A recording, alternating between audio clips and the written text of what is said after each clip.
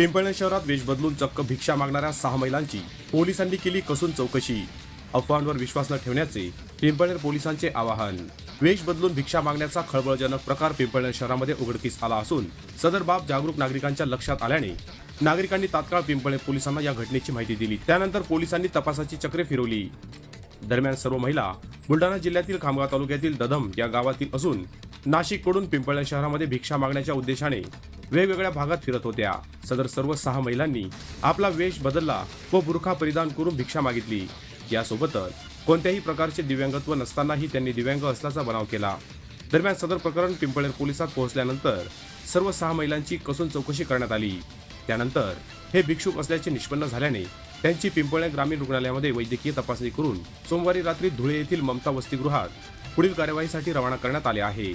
अलीकडच्या काळात मुले चोरून नेणाऱ्या टोळक्यात सक्रिय असल्याच्या घटना काही ठिकाणी घडल्याचे व्हिडिओ सोशल मीडियावर प्रचंड व्हायरल झाले आहेत.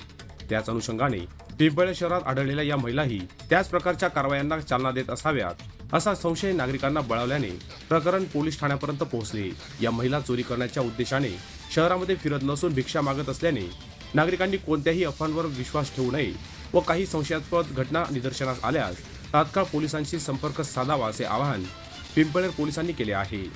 सदर सर्व 6 महिलांना ममता वसतिगृह धुळे येथे सोमवारी रात्री रवाना करण्यात आले आहे. Bureau report, express news Marathi, Pimpalner.